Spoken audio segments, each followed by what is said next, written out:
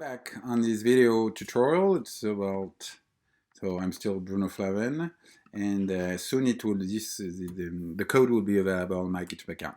So let's come back to our, sorry, it was here. So we have saved the resize, and then we will try to use the scripting. So I'm gonna edit this AppleScript that is already made, and by the way, I'm gonna change from I'm going from visual, okay, to Sublime, because Sublime has the ability to edit such thing. Okay, so this is AppleScript, and what I'm gonna do, as you can see, I'm gonna close this because you can see, and then I know now that my demo things, I'm going to drive demo 1, and I'm going to use it, this script. I'm going to use this script, which is this one. Okay. Whoops. Here we go. So here we go. I'm going to use this script. Okay. And then I will relaunch it here.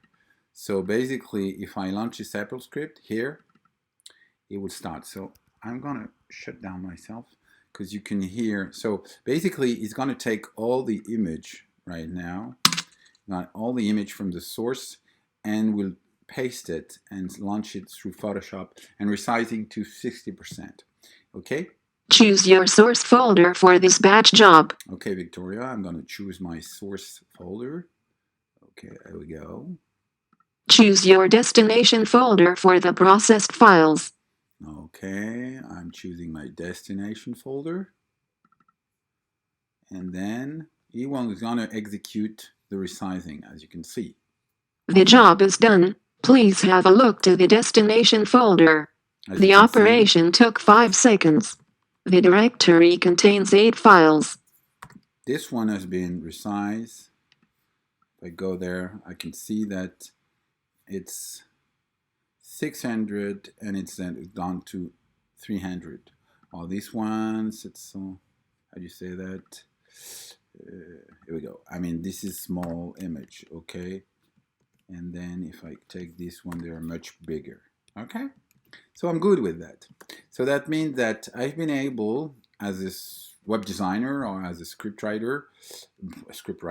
as a web designer, and I've written script to enable this automation. Okay, so I don't need this anymore. I don't need these two. And then, so that was the first use case where you can handle most of the resize, except that sometimes you don't have the money to pay the Photoshop license, so you can't use it anymore, and you're not trained for that. So basically, we go to the second use case, scripting and using Imagemagick that you can install on your own computer. That's what we're going to do now in this next video. So see you in a minute.